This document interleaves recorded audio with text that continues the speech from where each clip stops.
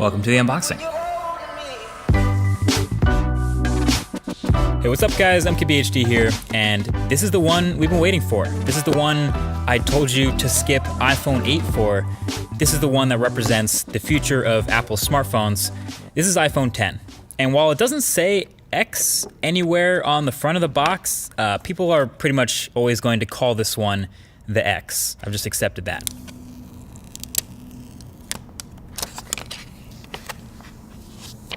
So this is your first look at the unboxing experience, and spoiler, it's pretty much exactly the same as iPhone 8 was, and almost every other iPhone. Headphones, adapters, stickers, it's all in the box, but I guess it's a good thing there's no surprises here. And so you can see right here off the bat, it's a really shiny, chromy, reflective phone. This is the silver one, and you can see how shiny the sides are. The space gray one though is a bit more toned down. And so the only thing that was actually new during the setup of iPhone 10 is now you set up Face ID during first boot instead of the fingerprint Touch ID. But yeah, this is brand new, and it's been a couple weeks since we last saw this phone at that Apple event, so seeing it again for the second time is kind of a reminder of all the things that are new about this thing.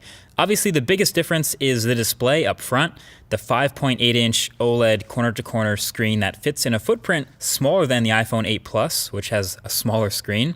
So naturally, pretty much all the focus is going to be on that, and the notch at the top, and how apps handle it, etc.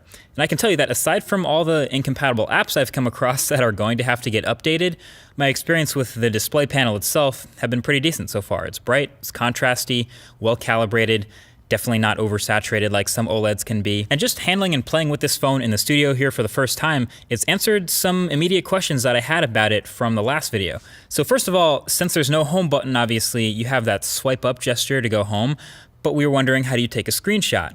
That is power and volume up. So that's the new screenshot combo for iPhone 10. And then since holding the power button now goes to Siri, how do you turn the phone off? Well, it's gonna be long pressing the power button and volume up key, and that'll get you to see that power off menu. So those are two new key combos to memorize there. And then of course I was reminded of how many gestures there are now to memorize. Obviously when you get rid of a button, there's a whole bunch of swiping and gestures to replace it. So there's the multitasking and app switching motions, which are pretty similar but both kind of useful in their own way. Depending on how you use the phone, really. That's on top of the screenshot and power off combos, plus long holding the power button for Siri and double pressing it for Apple Pay. But basically there's a lot going on, and if you're gonna make a phone that's all screen, obviously you have to be able to do it all without a lot of buttons. Anyway, one of the biggest differences between iPhone 8 and iPhone 10 is the new front-facing camera suite up at the top in that notch. The IR blaster, the depth sensor, etc. And all that enables a couple of new things with this phone. Number one is obviously Face ID. The setup, like you saw, was pretty quick and painless, and it's been working pretty well since then for unlocking my phone. Now, I've only really had this phone for a day like the rest of press, but so far in this time, it's been fine, and it works as advertised as far as being smart and not easily spoofed. You can see the little lock under the time when the phone is locked, and basically instead of placing your fingerprint, the phone will not unlock until you look at the phone like you did during the setup process. And then once you do, it's pretty quick to unlock. You can see the little thing open, and then you can swipe up to open your phone. And sure enough, it doesn't work with a picture of you. It doesn't work when you're looking away. It doesn't work when your eyes are closed. It just basically waits until it sees what it saw during that setup process, and then it's good to go. So no, your girl can't unlock your phone while you're asleep with your eyes closed, for those of you who are wondering that. I do have some further thoughts on this Face ID versus Touch ID though, so stay tuned for that in an upcoming video. And I do want to see if I can fool it with identical twins maybe, just out of curiosity. Anyway, with the new notch, you also get a new front-facing camera complete with selfie portrait mode. Messing around with it, it seems pretty average. Interestingly enough, that Pixel 2 that I've been testing seemed way more like confident with the front-facing camera portraits than the iPhone 10.